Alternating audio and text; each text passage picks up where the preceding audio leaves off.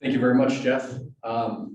So yeah, my name is Rob Linke. I'm with Kane County Environmental and Water Resources. And what we're going to talk about today is a project that started several years back and is kind of an outgrowth of our MS4 MPDS permit requirements as far as mapping storm sewer to meet the requirements for the IPA's MS4 permit. And this is kind of an outgrowth of that. We're kind of ratcheting this up to the next level. We recognize as we were working on developing that mapping system that there were a host of other ancillary benefits and other uses for that information. So I'm going to go through that today. I'm going to skip over some of the technical aspects, and what I would suggest then is that if we can save the questions till the end, and then we can go back to some of those things as far as some of the nuts and bolts of how we did some of the analysis and that kind of thing, just for the purposes of keeping this to less than an hour.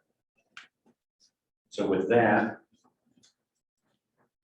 and Jeff, I assume you'll be able to keep track of the people online. I assume they can see this. Is it coming up 5 by 5 on your screen? It is. All right, excellent. All right, so here we go. And So I just asked if they can hear you okay and without an echo, and at least Elizabeth said yes. okay.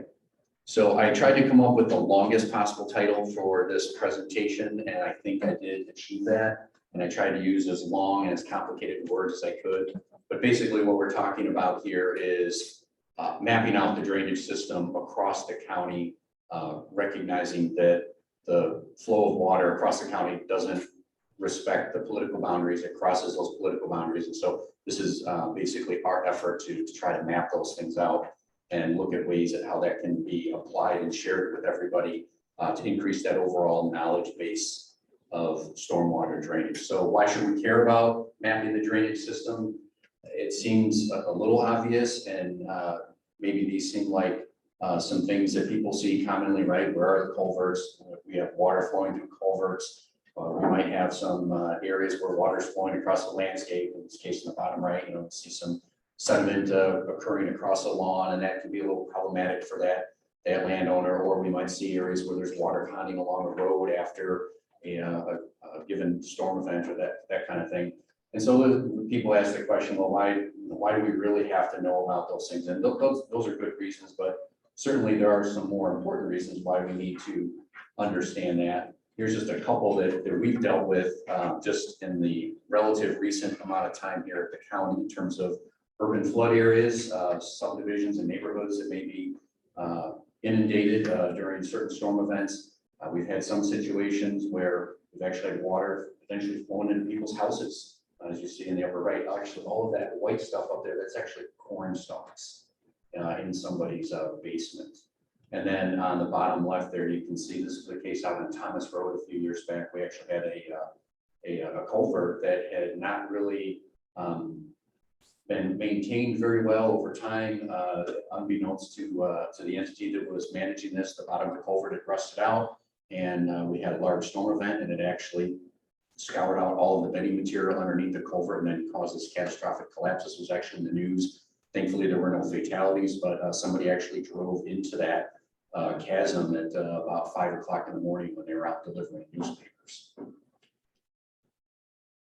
So we're trying to answer the fundamental questions. It really boils down to two simple questions. How much land drains to my area of concern? And then where does that stormwater flow once it leaves my point of concern? And those seem like very simple questions, but to be able to answer those with any degree of specificity, there's actually a fair amount of work that has to be involved. And so that's what this presentation is really going to focus on.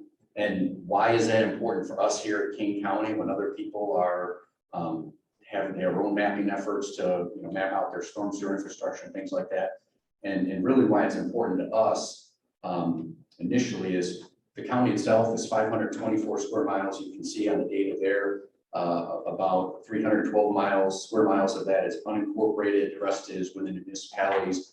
But when you look at the shared boundary between the municipalities and unincorporated Kane County, there's over 645 miles of shared boundaries. So what that means then, if we look at an example like this, is there's a high likelihood that anything that we work on in unincorporated Kane County is probably going to abut up to some municipality within the county. And if we only put on our goggles and we're only focused on what's happening with our jurisdiction, you get a situation like this shown in the exhibit there, where if we can only look in at how the drainage is interacting through our portion of landscape, but not into the other jurisdictional boundary, you're trying to answer questions and do engineering with one hand tied behind your back, so to speak. And in fact, the Kane County Stormwater Ordinance, which was updated in 2019, specifically tried to address that situation, and that the ordinance actually calls out that the adjacent jurisdictions have to be notified if there's a project that your jurisdiction is reviewing and it abuts up to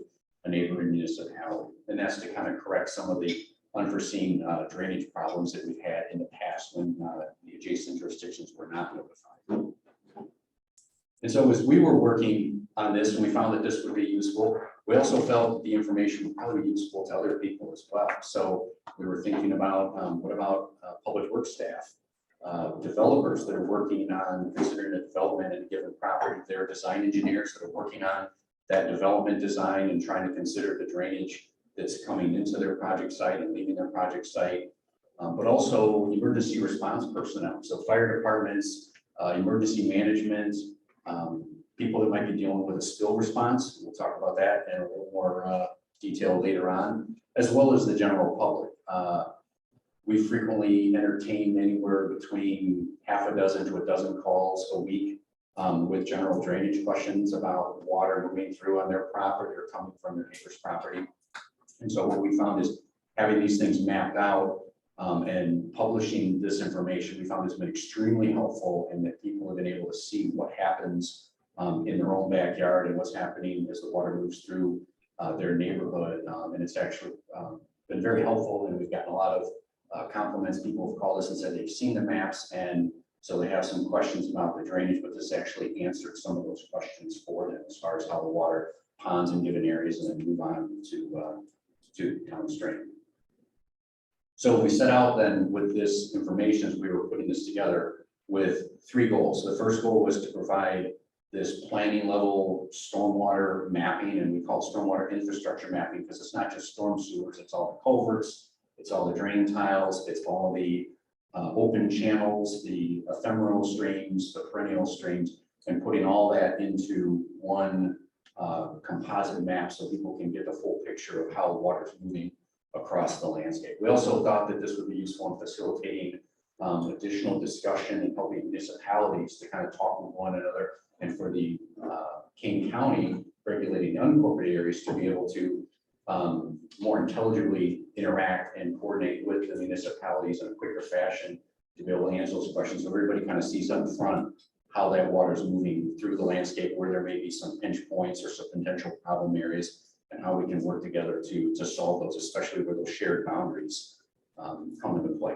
And then the third goal of this was we have generate a lot of information that's useful to us in-house, or maybe useful to the municipalities that we give to the GIS departments, but we also wanted and recognized the need for to be able to provide information to the general public to be able to answer those questions of what's draining to my area of concern, and then where does the water go once it leaves that area. So we wanted to generate or create this tool that would allow people to be able to answer those fundamental questions. And so we've done that. We're in the final process of pushing that to an online format that's publicly available. It's right now just runs locally for county staff, but we're planning to have that available very, very soon. And so the information this generated, there are three deliverables. There's a whole suite of GIS layers that are available. And then we have static PDF maps that are published online. Those are by township. And then again, that flow trace and watershed delineation tool that we're hoping to make available probably at the end of June is what I'm being told. And we think there's all kinds of uses for this information. From a technical standpoint, we think this will be very helpful for anybody working on any kind of drainage investigation. So again, whether that's municipal staff, unincorporated staff, design engineers, folks like that working on stormwater permitting, whether you're preparing a stormwater permit to submit to a regulatory authority, or whether you are a regulatory reviewer A lot of what we do when we get these stormwater permit applications in for any, whether it's a small single lot development or it could be a multi-lot subdivision. In the past, we really rely on the people submitting the permit to provide us with all the information to do that review. And that can often be kind of challenging, let's say. They don't necessarily provide all the information that we as the regulators are looking at, because we need to consider what's happening upstream, what's happening downstream, and consider all those. And so, and especially when you're running up against adjacent, jurisdictions and things like that, that always kind of leaves a gray area or some unknowns. And so this allows us to be able to, at least at a planning level, be able to get some information very quickly to help in that review process. Watershed planning is another very important aspect where we think this data could be useful. For example, when the watershed plans are being developed, one of the very first things that has to happen is to define what that watershed boundary is. And while there are watershed boundaries that exist in GIS layers, and you can see maps and stuff online, we're getting to the point now with the technology in 2022 where we have finer resolution data, and especially in the flat areas of Kane County, whether or not an area is drained by a storm sewer or not could actually shift the watershed boundary by several hundred feet, several thousand feet sometimes. There's many multiple acres of an area that's actually within one watershed, but it's incorrectly mapped as draining another watershed. So we actually ran into this in the Indian Creek watershed planning process. And there were some questions that were generated based on that. And again, the delineation can only be done based on the best available data. So this was one of the efforts that kind of was an outgrowth of that to try to further refine that detail so that the designers and people that are doing those analysis could actually have the best available data to do some accurate delineations, because that's the foundation on which all of the watershed planning effort is made, whether you're talking the pollutant load analysis, citing BMPs, et cetera, et cetera. And again, then that also relates to the stormwater modeling aspect that's usually done in support of watershed planning. We also think that this information is very useful in the use of MS4 illicit discharge tracing. So one of the things that we're required as a municipality or unincorporated Kane County, we have a MS4 permit. We have to go out and we have to track down where potential illicit discharges are. And having this information quickly available and at hand really helps to answer those questions, or to be able to track down where the source of where that discharge may be coming from. It's also useful for hazard mitigation planning. I'll show you some of the what we call the potential flood inundation mapping, and that's being folded into the hazard mitigation plan for the county.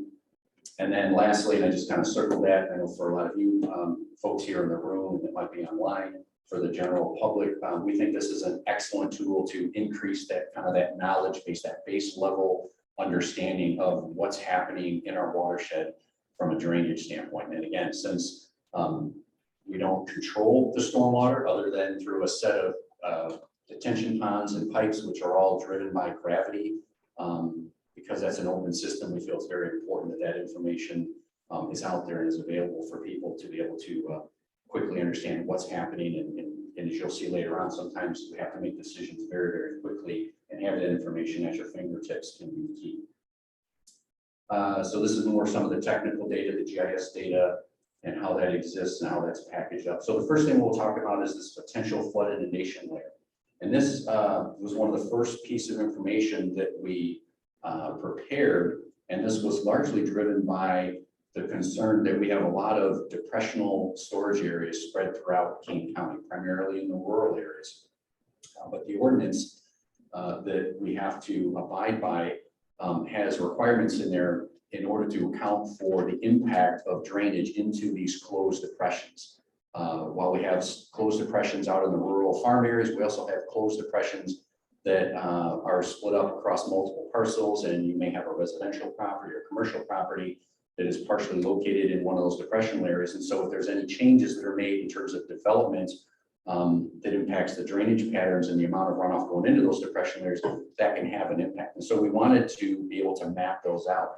And of course, if you can read topographic mapping, it's usually pretty easy to be able to see that.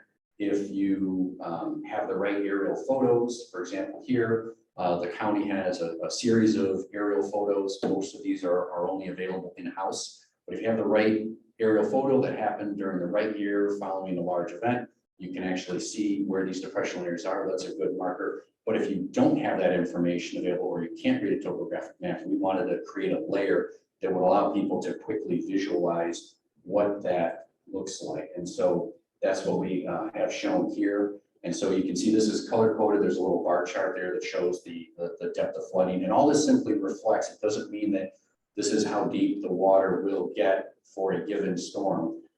These areas only just show, it's a graphical representation of the potential depth that water would get to before it would overflow the lowest point in the landscape and then continue moving downstream. So you'll see a couple other slides down the road. And if you've seen any of the maps online, there are some large areas of potential inundation that may not necessarily reflect what would actually happen. For example, I know just west of Geneva, where the Chicago Northwestern Railroad embankment goes through, the railroad embankment's 35 feet high.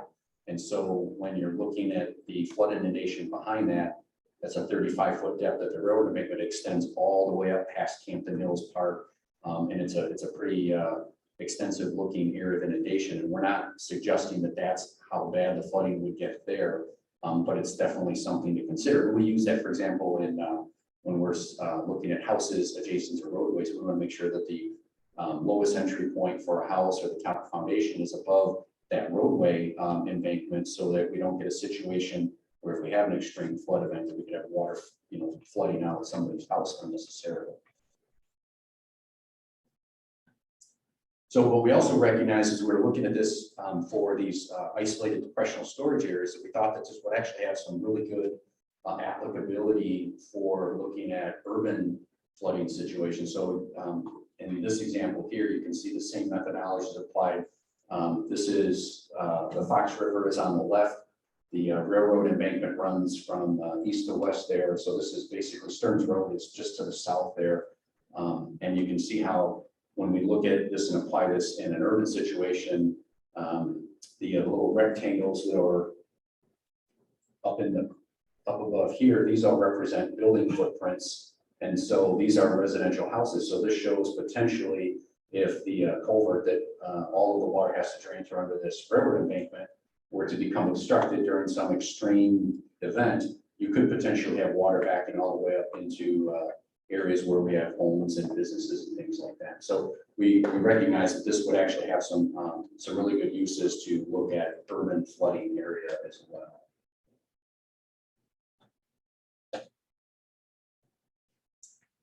And so again, this data is organized into a series of GIS layers. They're all within a file geodatabase. We've been sharing those updates as we've updated this information with the municipalities. We have another major update here that we're going to be reaching out to the folks on to share that. So, but in order to, in the last slide, we're able to show where the water would pond, but this really only answers part of the question, right? Because it begs the question of where's the water coming from, and then how does it drain out of those areas? So in order to do that, you have to have that drainage infrastructure mapped out. So those roadway culverts, the storm sewers, the stream channels themselves, things like that all have to be mapped out. So that's kind of the next evolution, the next step in this process. And so the first thing that we had to do was to update our streams layer. So if anybody has any access to the GIS data that the county puts out, there's a streams layer in there. The challenge is that streams layer has largely not been updated since 2001. And has anybody ever seen a stream channel move horizontally in 21 years? It happens all the time, right? Here's an example just in this exhibit on the bottom right. This is Tyler Creek, just north of, see, this would be just upstream of Randall Road, and you can see comparing the top image to the bottom image there, how there's an entire section of channel several hundred feet that's now been cut off and have an old oxbow there. And so it was important that we had to go through and actually manually update all of those stream channels, all those line segments in order to do the hydro conditioning to map out how the water's flowing across the landscape. So we do that for the streams, but then we also had to take into account what happens with the storm sewer. So we were working with the area municipalities Everybody was extremely cooperative in sharing their data with us so that we could account for that information and put it into the overall database and use it for creating this hydro condition digital elevation model, which is what drives how we figure out where the water's flowing to. The data came in a whole range of formats. So we had everything from highly detailed GIS data that was like, accurate to within a couple of centimeters on one end of the spectrum. And on the other end of the spectrum, we had some folks that actually, and some of this took place during COVID, the best they could do was they took a picture of a map that was posted on the Public Works wall and they emailed that to me. And so we kind of had those two extremes and everything in between. So, and it was important that we couldn't just take people's data and just drop it in and call it good. Everything had to be rectified to the actual landscape. And in fact, that depressional storage analysis, or potential flood inundation layer, actually was very helpful in helping to kind of do some QA/QC. So if you see on this map here, it's a little hard to see, but the black lines represent the storm sewer line as we receive the data as we receive. And you can actually see the low points in the grading between the houses shows up here, and those lines really don't match up with reality. So this is actually represents the storm sewer that we had to recreate. So we actually pick up at the inlet sites, and then it matches up with the inlets in the back and the rear yard and so on and so forth. So that was a very tedious process, but it was very necessary in order to provide an accurate map of how the water is flowing through. Storm sewer structures. We don't have all the storm sewer structures on the county map. We never will. This is basically serves two purposes. One, we're mapping all the storm sewer structures in unincorporated Kane County. So as we're going through the record drawings for the different developments and things, those are being added in. But then we also did add in storm structures for the municipal areas where the municipality doesn't have good storm sewer information. So we at least, that way it kind of sticks out as an area where we want to make sure we get the additional information as they collect it. So, and again, as you can imagine, that's an ongoing challenge for the municipalities. Things are changing all the time. There's new development occurring. And so if that information, isn't in there, it may there's a little bit of a lag time before they can get it in there. So we have those things in there just so that way we can accommodate or know that those are areas where we don't have good information at this time. And we'll see that in some of the mapping. I'll show you some of the mapping in a little bit.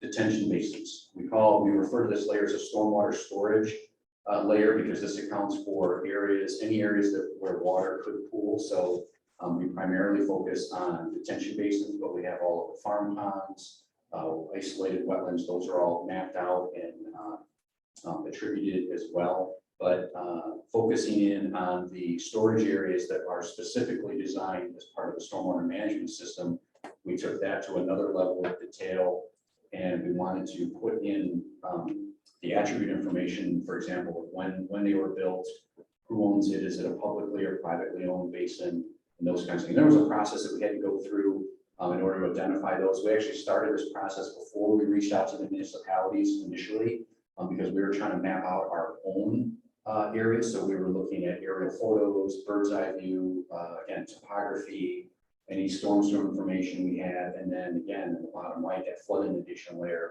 actually came in very handy because all the detention basins that were built before that that data was collected, that LiDAR data was collected in 2017, they basically pop right out in bright yellow and green for us. And so having them mapped out is interesting and somewhat useful, but it's really the data that you can put in to support that layer. That's where kind of the magic happens and where things become very useful. For example, here, when we flag each one of the detention basins based on their jurisdiction, we're able to get an account of where all these detention basins are distributed spatially and then who has responsibility over those basins. And I think one of the eye-opening things, this slide on there, the chart on the bottom left, if you would have asked us before we started this process, who has the most number of detention basins, I can guarantee you that Kane County would have said, well, surely it's Elgin or it's Aurora or some combination of other municipalities. And it turns out unincorporated Kane County actually has the most detention basins spread throughout the county. So that was kind of an eye opener for us. And then as we went through that process, we identified whether they were publicly owned or privately owned. You can see here, 3/4 of all of the basins across the county are privately owned. So that presents some interesting challenges when we think about the ongoing maintenance of those basins. And then we also categorize them based on what type of basin it is. And you can see almost 40% of them are open water ponds. Nearly a third are dry bottom turf style detention ponds. So those have turf grass across them. It becomes important to identify what type of basin it is, because, for example, when we're talking about watershed planning, those turf grass detention ponds usually don't provide a lot of water quality benefits. And so those would be prime targets for perhaps a BMP retrofit. So we wanted to be able to identify those.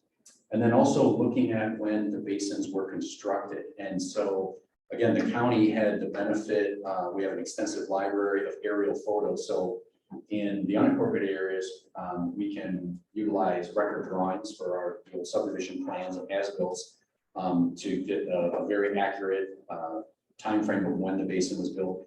But we also have an extensive library of aerial photos. So even for the incorporated areas, we can go in and look at pretty much if any basin was built from 2001 to 2022, we have an aerial photo every single year. So we'll be able to tell which year that basin was built. And we have many years of data between 1963 and 2001. And that also gives us a good idea. But I thought it was interesting just to kind of map out the age of these basins. And you can see, of course, when development was really popping in the early 2000s and the number of basins that were built. And of course, we had the economic crash in 2008 and things really kind of tapered off.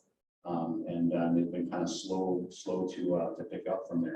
But if we look at those two largest bars there from 1991 through 2008, so you can see that we've got over 2,000 basins that were constructed anywhere from 20 to 30 years ago.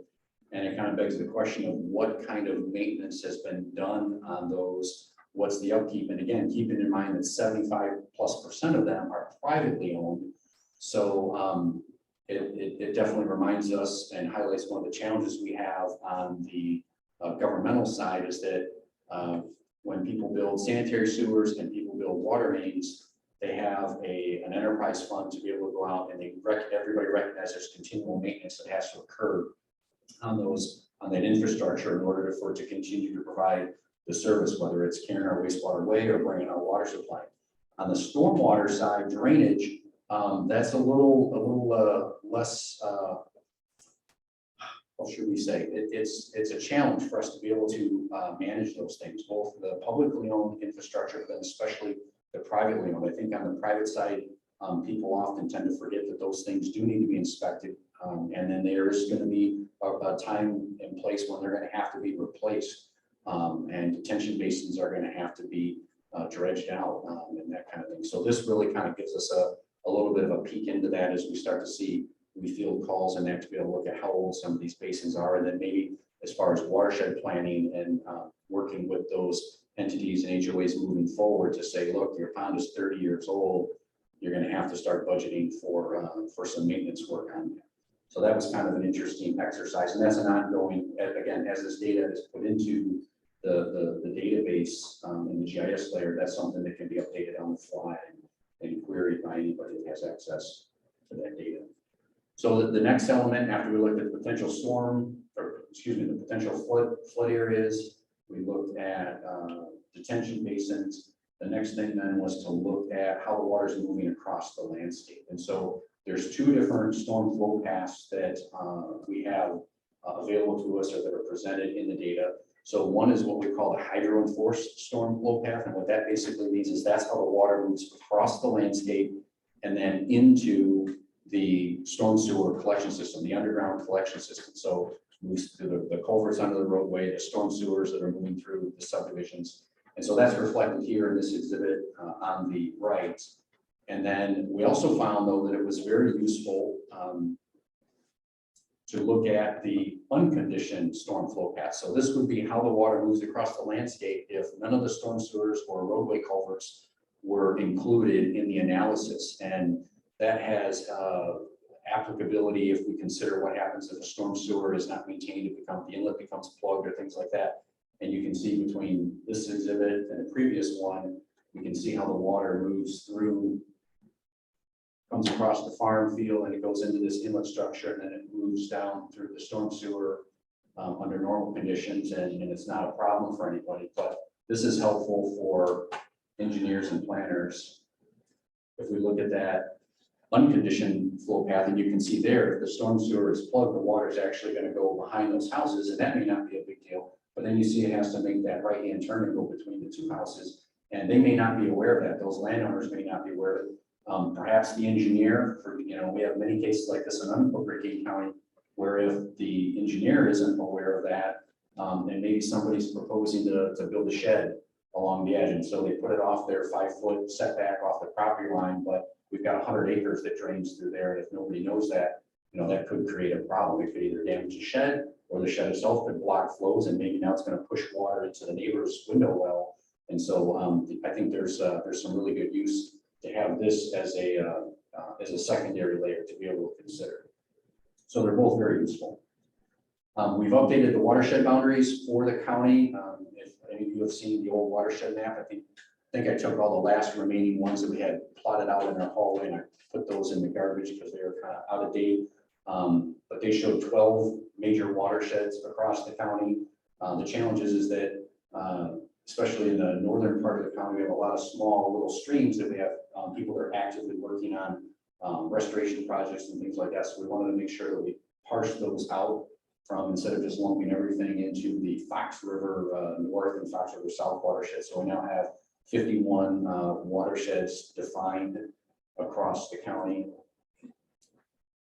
And so how all this information was generated ultimately goes back to this digital elevation model. And without getting too deep in the weeds, basically in I believe it was 2016, the county had contracted with the USGS to have new LiDAR data and aerial photos flown for the entire county. It was a group effort working with McHenry County and Lake County and Cook County, I believe. And so the USGS had their contractor fly it, generated this LiDAR data at a very high resolution. You can see there it's 20 points per square meter. That's about a 0.2 of a foot vertical resolution on the hard surfaces.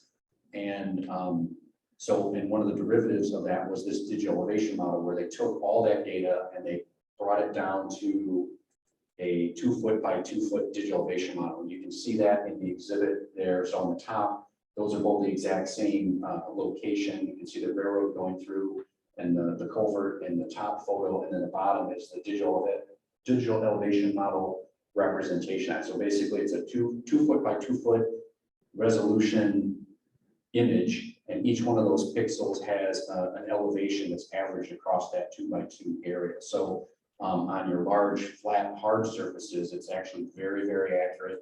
The accuracy gets a little less when you get into taller vegetation, and then you do have some challenges when you get into like stream corridors that are heavily wooded.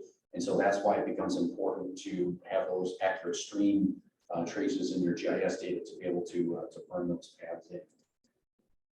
So if we go back to that area, Stearns Road, this is the aerial photo. You can see the streams are shown in there. You can see the detention basins, that layer shown. This is the digital elevation model of what that looks like for that area. And so in order to generate that potential flood inundation, what you have to do is you have to create a depressionless DEM. So that's represented there. So if you focus on the main area there above the railroad embankment, you can see how the model digitally fills that in. And then we're able to do some raster processing to actually create that potential flood inundation map. And so that's kind of the in simplistic terms, what's happening in the background. You can see in the bottom left how that's actually represented digitally. And so that shows where the areas could flood, but when you then look at how those areas drain and how water flows through it, and they're shown over a map, it becomes again very useful there. We can see areas, for example, there, that residential area, and that the nursery business there that could potentially be inundated during some type of extreme event if that culvert was inoperable. And so this has some good usefulness on that. When we go to the next step then after you've created that flood inundation layer, and you say, well, how does the water move across it? And you have the GIS do the analysis for that. When you don't account for the culverts and the underlying drainage infrastructure, this is that the result that you get. You can see how it shows that water actually flows up and to the northwest across there, which again still has some validity, because that would suggest that, for example, if there was a major flood and this area flooded out, that the overland flow route for this area is not really over the railroad culvert where all the low flows and the normal storm flows go. It actually is up and through that residential neighborhood. So again, this is that what we call the unconditioned storm flow path, and we think that's very useful. But in order to trace where the water normally flows through, you have to put in that storm sewer and drainage infrastructure information. That's represented in all the little red lines shown there. So you can see we have driveway culverts, we have the storm sewer system along Stearns Road, the culvert underneath the railroad is represented. And then we go through a process where that's actually burned in to the digital elevation model. So if you see on the left there, the digital elevation model is essentially a set of these 2 foot by 2 foot columns, if you will. Each one has an elevation. And by burning those in, you're basically cutting a trench through the digital elevation model. And so that when you go back and you do that fill process, it basically allows the water to track down those trenches and then out into the river. And so that's the result that you get then. So this is the actual corrected, or what we call hydro-enforced storm flow path. So this shows how the water actually flows across the landscape. So they both have their uses. This one for things like the normal, how water normally flows, if you're doing some kind of illicit discharge tracing or tracking a spill or something, how this is getting downstream to a receiving stream. This has uses. The other one has uses for things like emergency planning and things like that.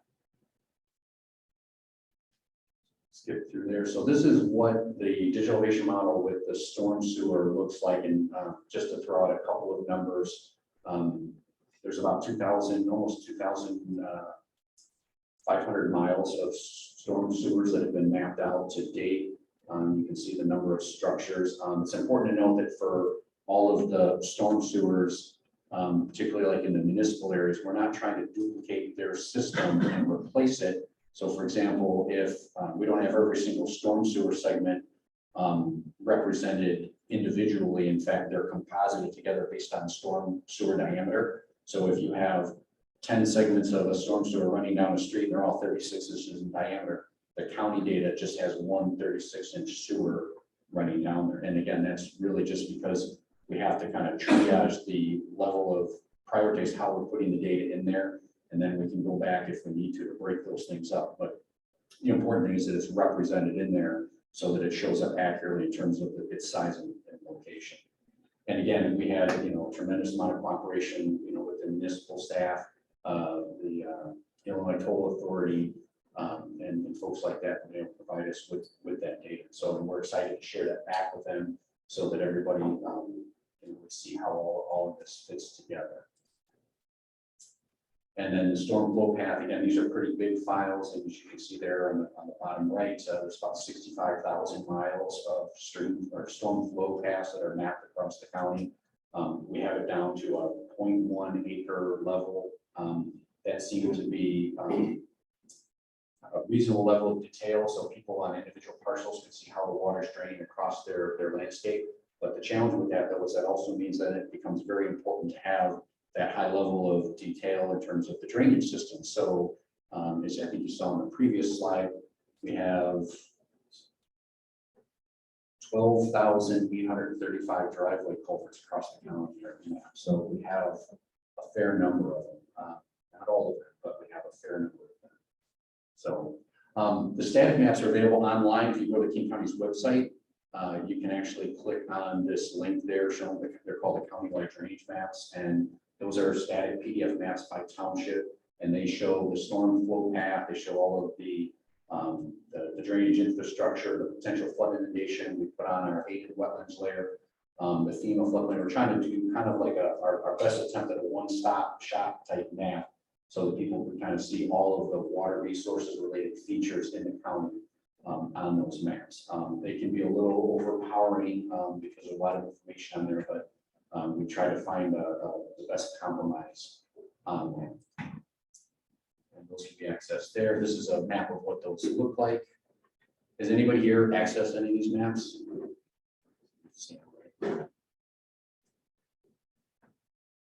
And again, if there is information inaccuracies you see in the map, we are always taking in data. We're getting data in daily. It's actually part of our normal workflow process as stormwater permits come in, as drainage complaints come in, and we want to do investigations, or somebody, we're working with the township road districts now. They're actually sending us data and giving us information that they have. And so we're constantly updating this, and then periodically, every 4 to 6 months, we'll actually go through and update the maps, and so everything will be updated for everybody based on that information. So this online stormwater viewer, I want to see if I can actually, let's try this.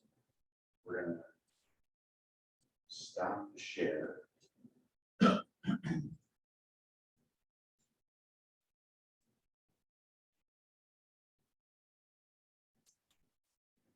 Let's try to share again.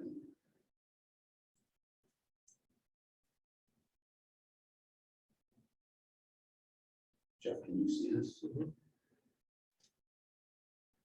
Let's see if I can see it.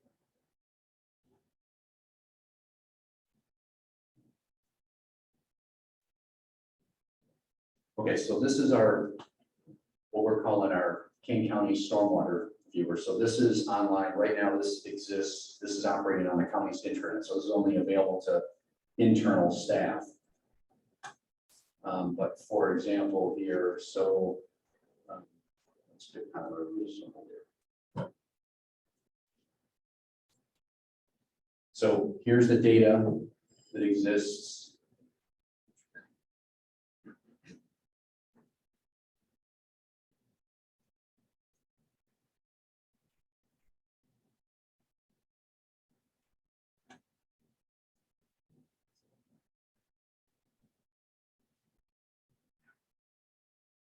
So if we zoom in, we can see the storm flow path here. So we've got a whole mess of culverts here coming through. And we've got water, a flow path that's coming across this golf course here. So the idea with this stormwater tool that we set up is, let's try.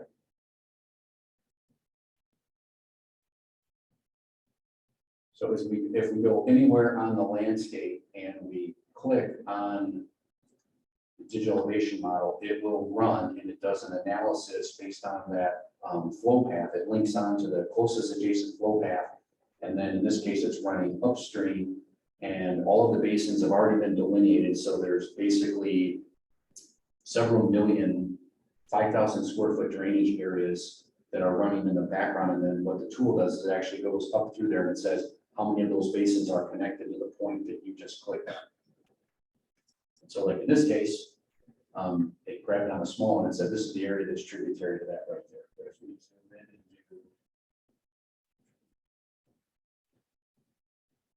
let's do this with another drainage area, and this should pick up the entire drainage area. And so we think having this available publicly would be a great tool for people, whether you're the general public, you just want to see what drains here. So you can see there's to the downstream side of that culvert, there's 162 or 163 acres that drains to that. And then you have the ability to export those results, and you can bring those in. You can do those as a shape file. You can do those as a KMZ file or KML file that you can bring into Google Earth, and you could export that out. So we think there's some real use for that, for people to be able to answer those questions very quickly on the fly. How much area drains to the area that I'm concerned with? The other thing that we think that where it has really good applicability would be doing this downstream trace. So we also have a tool here where, again, if you click anywhere on the landscape, so I'm just going to pick an area to see what it does. And this one actually runs a little faster, running in the downstream direction, but basically it's going to do a trace from whatever point you've clicked on, and it's going to generate a trace that goes all the way down to the Fox River, or if you're on the other side of the watershed divider, it'll go out to the Kishwaukee River, to the edge of the, past the edge of the county.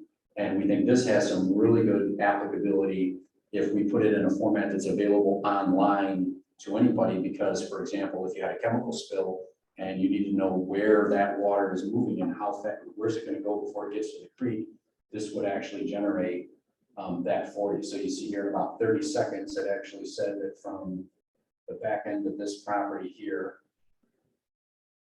not sure if we have a 5,000 gallon tanker truck that would spill there, but if you did, this would actually show you how this is moving through into this detention basin, makes its way through here, and then all the way down into Fearson. This is where it enters Fearson Creek, and then from there it follows the trace of Fearson Creek all the way down, and then ultimately to the Fox River. So, and then the other interesting thing from like a spill response type tool is once you have that network mapping down in there, it's really not a lot of additional work to be able to map things like bridge crossings and roadway crossings. So somebody, for example, emergency response would be able to get a list of the distance and location of all the creek crossings, where that's going to be. So if they need to get somebody downstream in a hurry to get oil containment rooms set up or something like that. So that's kind of one of the tools that we're looking at. One of the reasons why we want to make this tool available online. We're kind of excited to be able to do that. So let me stop that. I want to go back. I got a couple other slides I want to show.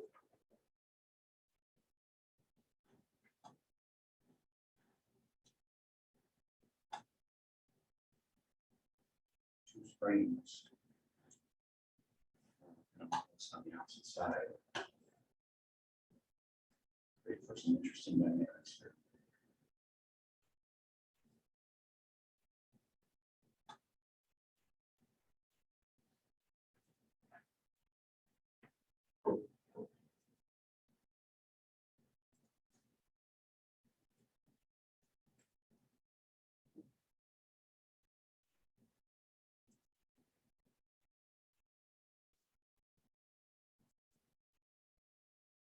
Okay.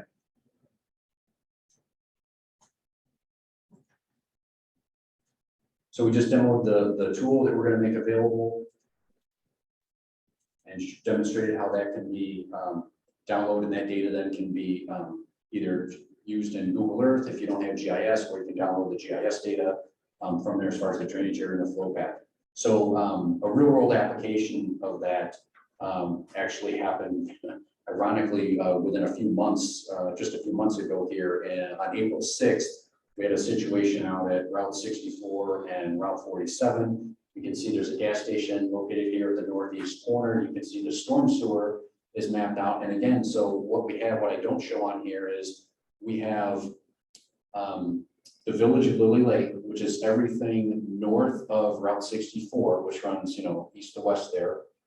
We have IDOT, which has, control over the roadways.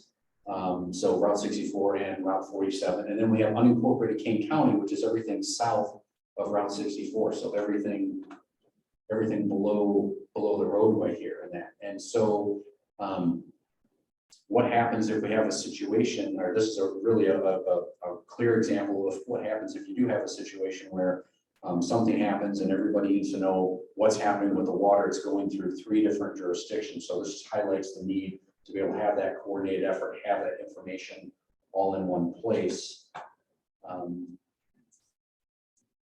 So we can see the flow paths, which might be a little hard to see. You can see the blue lines coming down through here. The water comes through here. It goes into a storm sewer system behind the corner of the building, and then it makes its way down to this storm sewer system, around the gas station, through an open channel, and then under some large box culverts underneath the Route 64. And then if we look at the unhydro conditioned storm flow path, so this is without all of the storm sewers and culverts being accounted for, you can very clearly see how the water actually flows across the pavement, goes through the gas station. You can see where the gas station tanks are. The fuel tanks are right here, and then it continues on this way. Now these lines straighten out because if we go to the next slide, when we look at the flood inundation map, and this is what's saying that the area where the water could build up if it can't go through the culvert. So and again, whether it actually gets that deep or not, it probably doesn't, but that explains why these lines go straight. But it does show that that's the actual overflow point of the roadway if there was an extreme enough condition and these culverts weren't working. But the key thing to focus on is this right here, because then when we go to the next slide,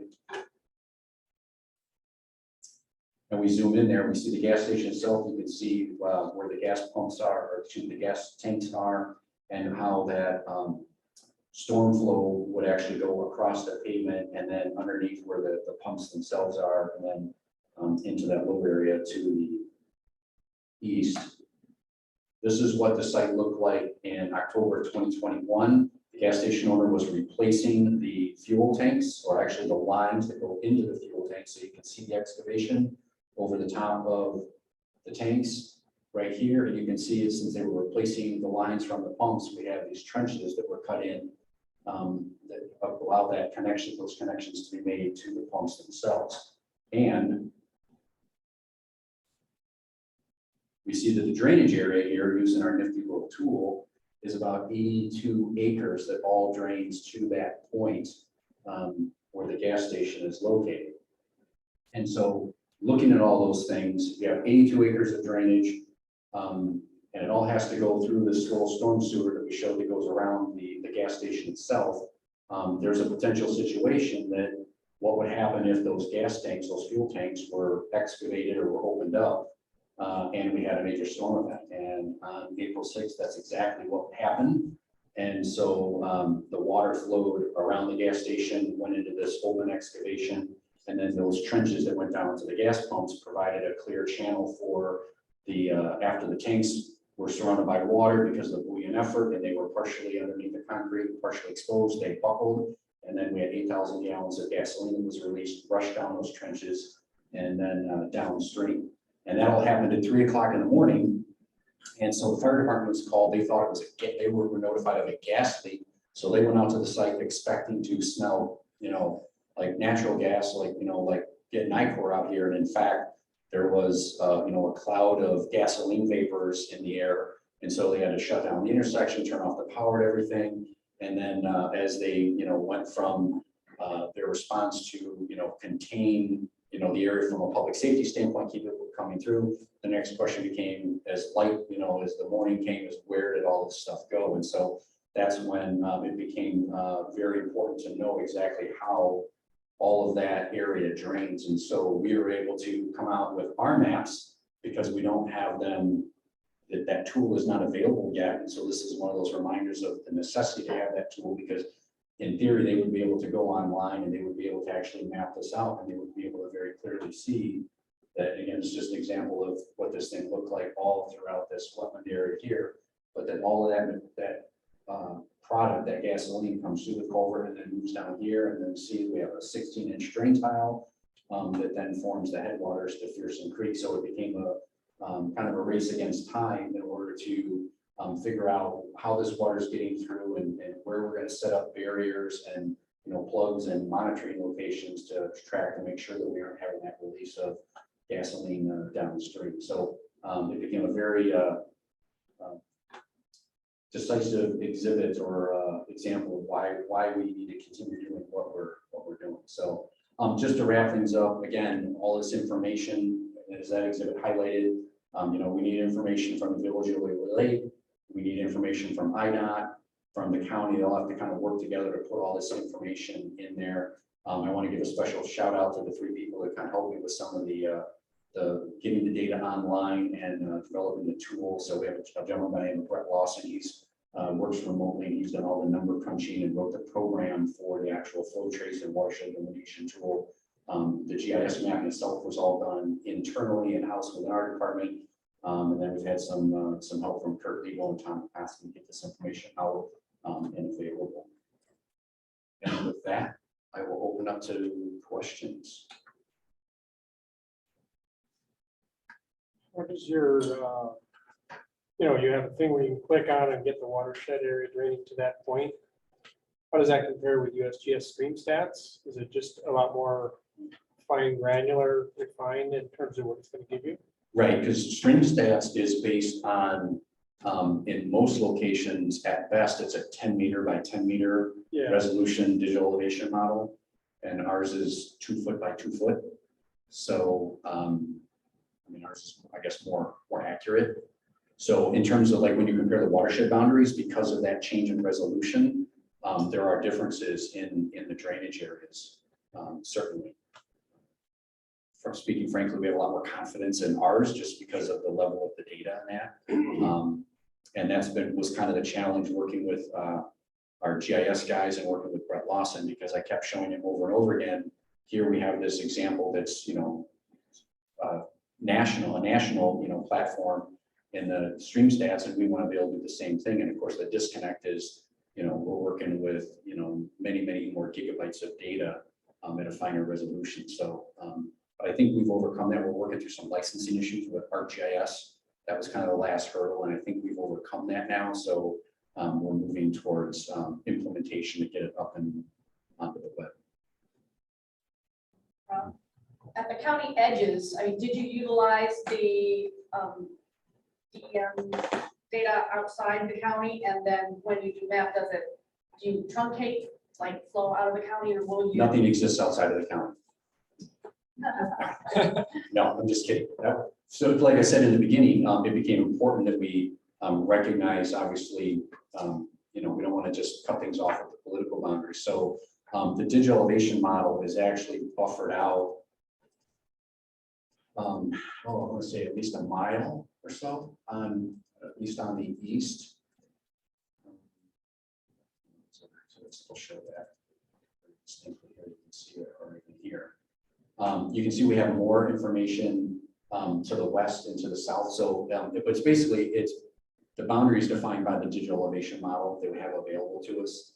So, it basically follows the Hub 12 boundaries that the USGS set up. That's how they basically took their Hub 12 boundaries and then buffered them out either 1,000 or 1,500 feet when they collected the LiDAR data, or at least in terms of when they collected LiDAR data, how they clipped it for the data that they were provided to us that we paid for, for our portion. I know, for example, like DuPage County, they actually did fly DuPage County. DuPage County has that data. But for us, it's not really an issue because everything in DuPage County more or less drains into Kane County. So we can't do that watershed delineation upstream. Like if you were to go up to Poplar Creek, for example, it's only going to go up to the edge of the digital elevation model. It's not going to be able to delineate all of Poplar Creek, for example. But on the downstream side, as we go like out to the west in the Union Virgil, that you can see that actually takes it out to the edge of that 12 boundary. So. we had a question online. Did your burn-in lines have actual vertical data, or did you just use a feature layer with horizontal data?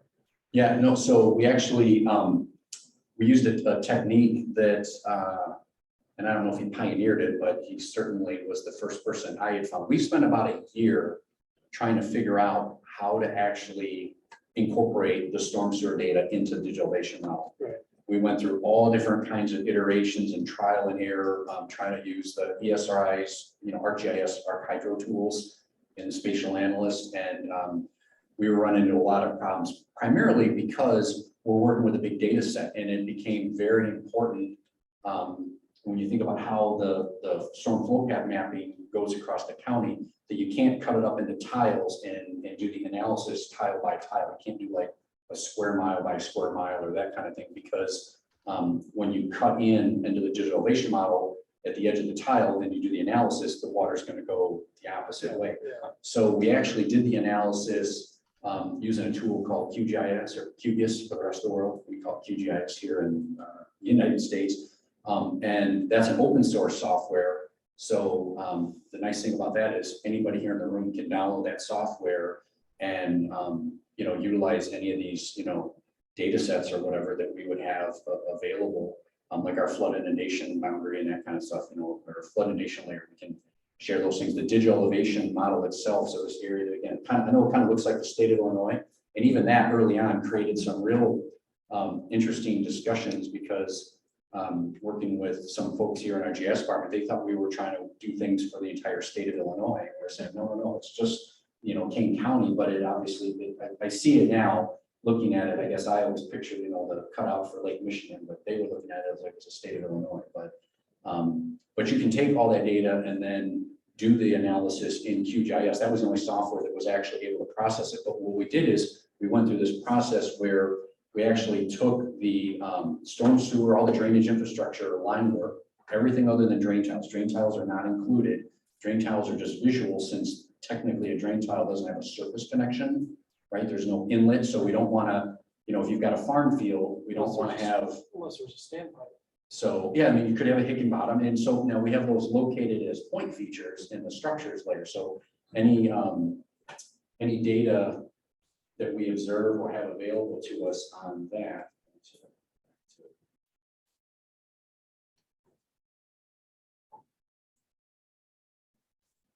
Share this, so hopefully everybody can see that.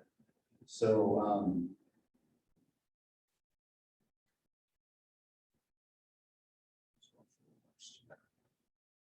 so here we can see some, here actually, well, there's the spill segment. So there's the drain tiles that come through on this system. And so if we click on one of these.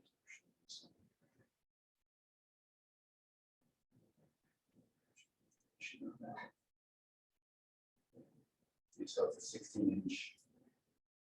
And then, it's a clay drain tile. And then any other information we have, we put that in. So what these aren't accounted for in that storm flow.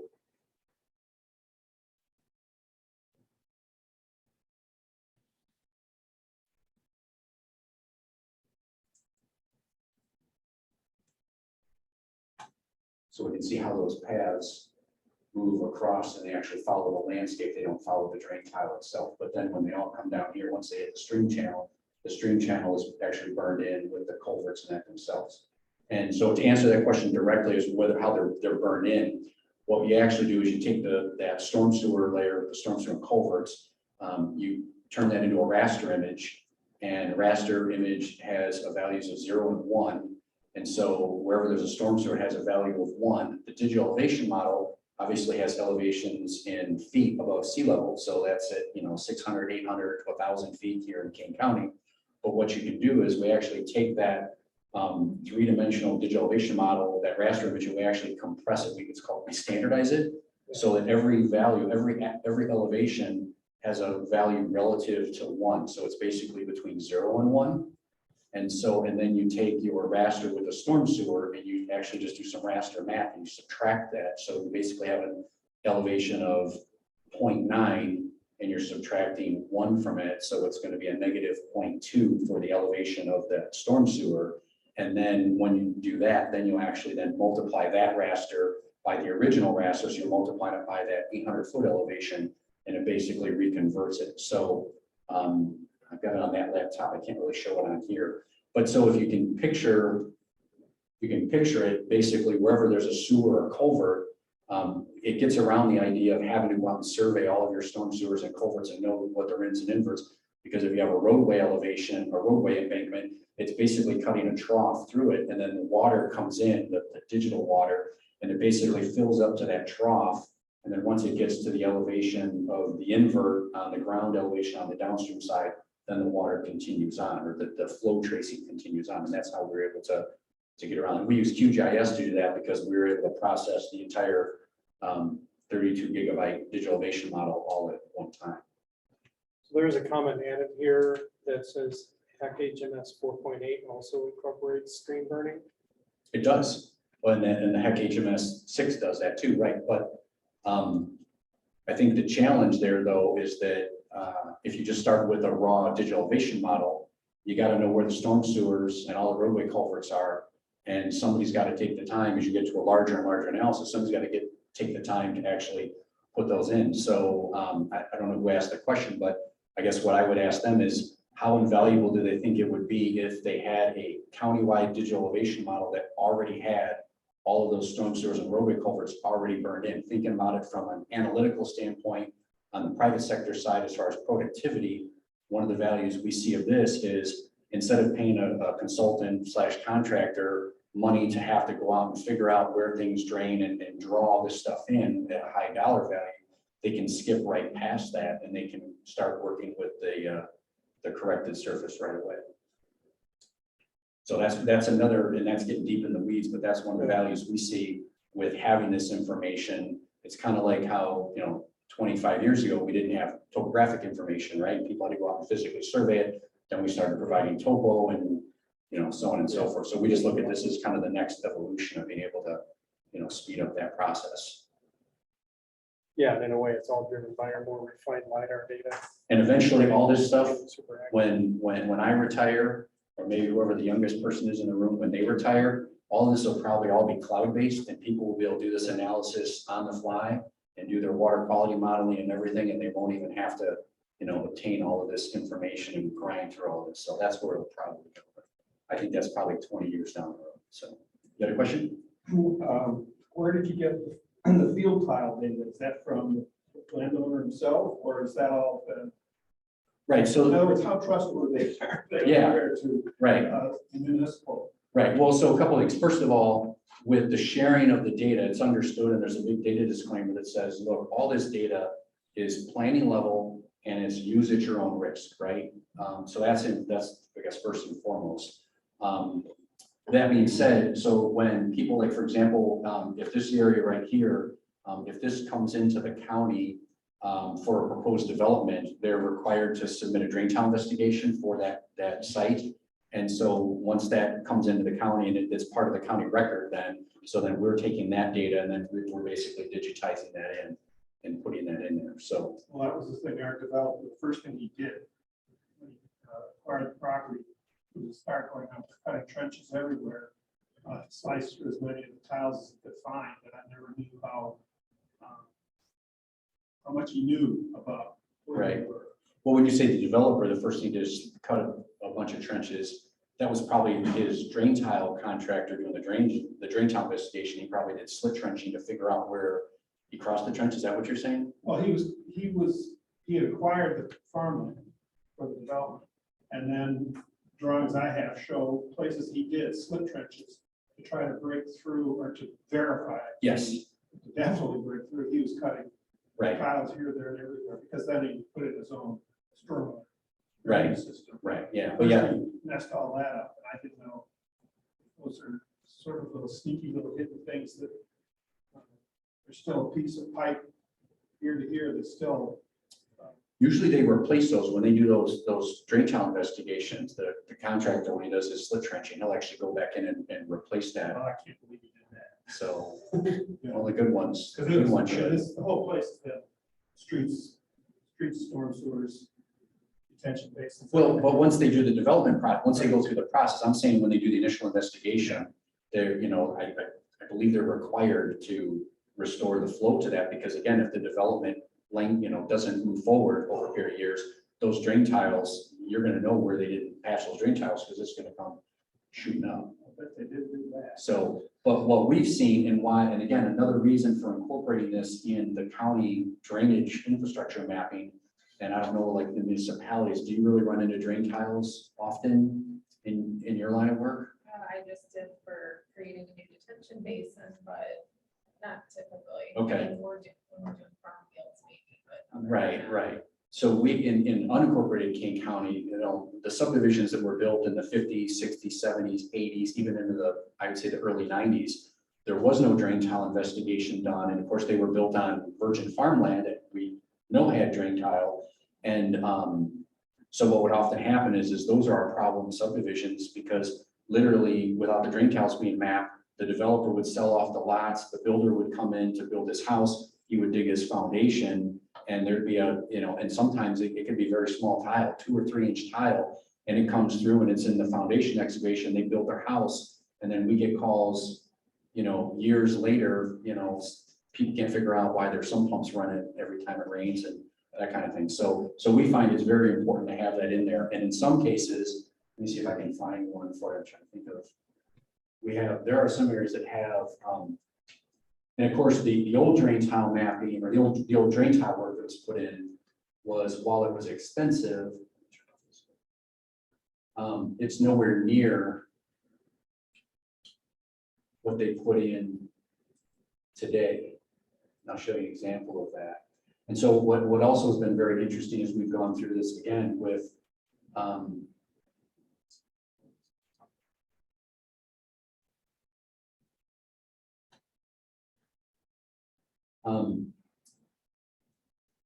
with the drain tile mapping, with the aerial photos that we have, we're able to, actually, let's see if I can show.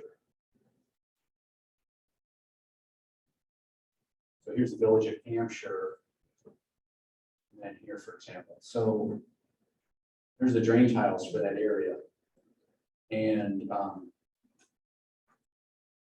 what we've been able to do is, I think everybody here is probably aware that in 2018, 2019, and 2020, in those spring, that March, April, May period of those 3 years, they were back to back to back the wettest years on record.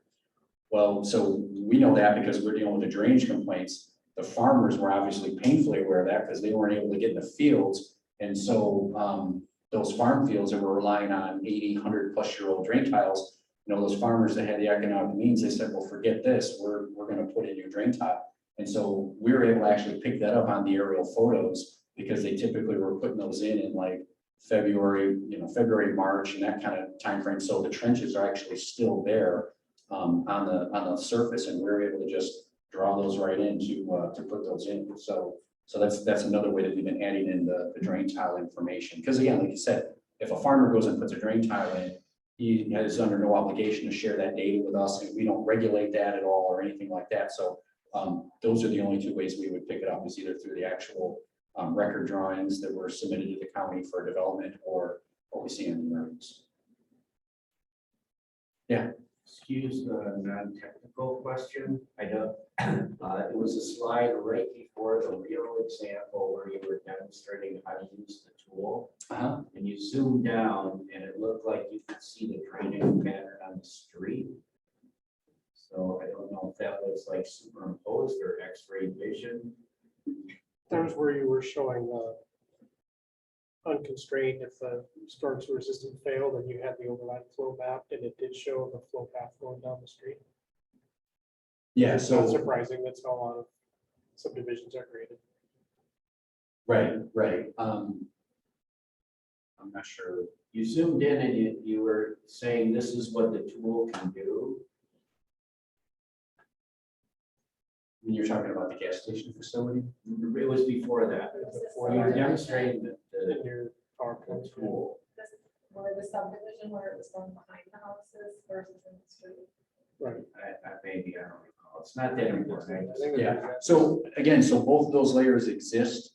We don't have that on our mapping tool right now. We just show I guess we'll call it the corrected storm flow path that actually follows the storm sewers. But that's a separate layer. So like when we're sharing like data back to the city of Batavia, they'll get that. So they'll have those two different layers to be able to compare and contrast what happens if the storm sewer system is inoperable versus what happens if the water's flowing down the storm sewer system. If that answers that. Okay. So, and we're still working through the process. So that data, actually, let me bring that up. You can go on the county's website right now and see pretty much all of this data except for storm sewers. We don't have storm sewers on there. And again, we're part of that. So if we just go to Kane County. So again, this is on the web, so anybody can do this. You can just go to maps. And it's this Kane CAD 4. So it's not this one, it's this one right here. And so this doesn't have storm sewers on it. We're still, we want to go and talk with all the municipalities and have a dialogue with them to make sure that they're comfortable and understand what we're trying to do and the values of having this information available to the public. So we're still going through that process. So that's why the storm sewer data isn't on there. We'll have the unincorporated stuff will be on there very shortly, I think. So like all the roadway culverts, we've got 8,000+ roadway culverts on there, all of KDOT's roads. But so if you just go over to layers, you can actually turn on all of the detention basins that potential flood inundation and the flow paths. So all this information is already available online. So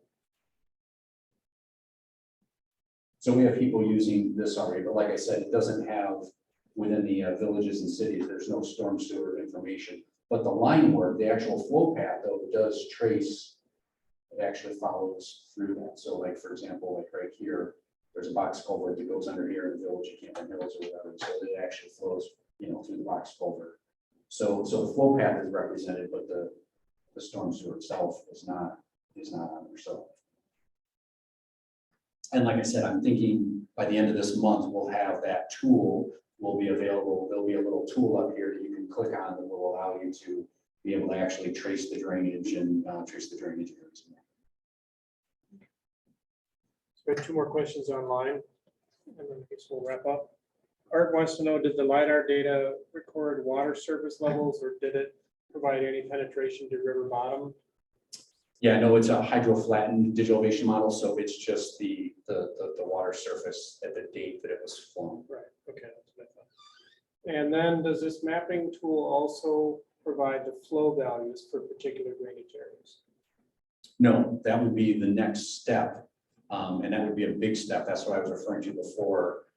This idea that eventually, as we're getting away from lumped parameter type modeling, and we're going to more spatially distributed stuff where everything's going to be, basically boiled down into, rasters, and that you'll be able to define an area, and then it'll take the raster for land use, impervious area, soil, permeability, and, be able to just run those models. I mean, I think that's where it's ultimately going to go. I think we're a long way away from that, but we had talked about the idea of doing some type of a stream stats type calculator, which would use some regional regression equations based on this.